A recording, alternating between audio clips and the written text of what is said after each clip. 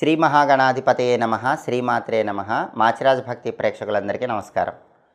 కాలసర్పదోషం నుంచి సంపూర్ణంగా బయటపడటానికి ఎలాంటి సులభమైన పరిహారాలు పాటించాలో ఈ వీడియోలో మనం తెలుసుకుందాం.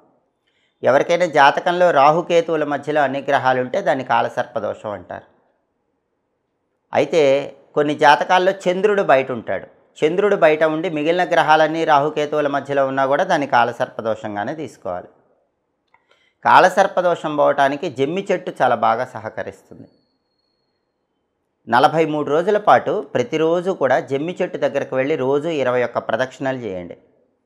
43 రోజులు పూర్తయిన తర్వాత 44వ రోజు జమ్మి చెట్టు దగ్గర కనీసం 11 మందికి గోధుమ పిండితో తయారు చేయబడిన పదార్థాలు పంచిపెట్టండి. అంటే పూరీ లాంటివి పంచిపెట్టండి. ఈ పరిహారం చేసుకుంటే జాతక చక్రంలో ఎలాంటి కాలసర్పదోషం ఉన్నా దాని తీవ్రత తగ్గిపోతుంది. కాలసర్పదోషం జాతకంలో ఉన్నప్పుడు దానివల్ల ఆర్థిక, ఆరోగ్య, కుటుంబ సమస్యలు చాలా వస్తూ ఉంటాయి. జీవితం ఎప్పుడు సమస్యలతోనే ఉంటుంది. అవన్నీ పోవాలంటే రాహుకాలంలో శివుడికి తేనెతో అభిషేకం చేసుకోవాలి.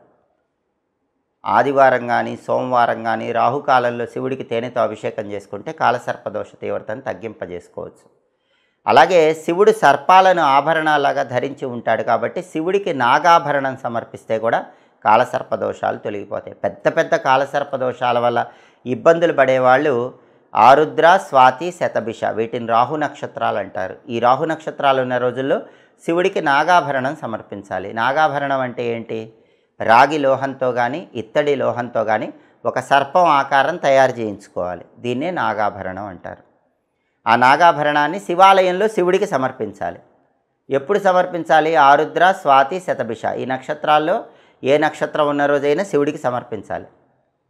శివుడికి ఈ నాగాభరణం అంటే ఇత్తడితో కానీ రాగి లోహంతో కానీ తయారు చేయబడిన ఈ సర్పం బొమ్మ నాగాభరణం సమర్పించాక సర్పసూక్త సహిత మహన్యాసపూర్వక ఏకాదశ రుద్రాభిషేకం శివాలయంలో చేయించుకోవాలి. అలా చేయించుకుంటే భయంకరమైనటువంటి 144 రకాల కాలసర్పదోషాలన్నీ తొలగిపోతాయి. అయితే ఇలా నాగాభరణం సమర్పించడం సాధ్యం కాని వాళ్ళు ఏం చేయాలంటే జమ్మి చెట్టు పరిహారం చేసుకోవటం, రాహుకాలంలో శివుడికి తేనెతో అభిషేకం చేసుకోవటం చేయాలి. అలాగే సర్పదేవతలన్నిటికీ అధిపతి మానసాదేవి. భూమి మీద ఉన్న సమస్త సర్పాలకు మానసాదేవి తల్లి అని పురాణాల్లో చెప్పారు.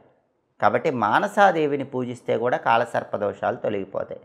మానసాదేవికి సంబంధించి 2 మంత్రాలు ఉన్నాయి. రోజు కాలసర్పదోషం జాతకంలో ఉన్నవాళ్ళు స్నానం చేశాక ఆ 2 మంత్రాలు చదువుకోండి. ఒక్కొక్క మంత్రం కనీసం 21 సార్లు చొప్పున చదువుకోండి.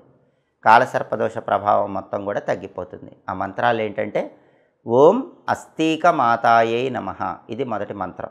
రెండో మంత్రం ఓం జరత్కారు ప్రియాయై నమః.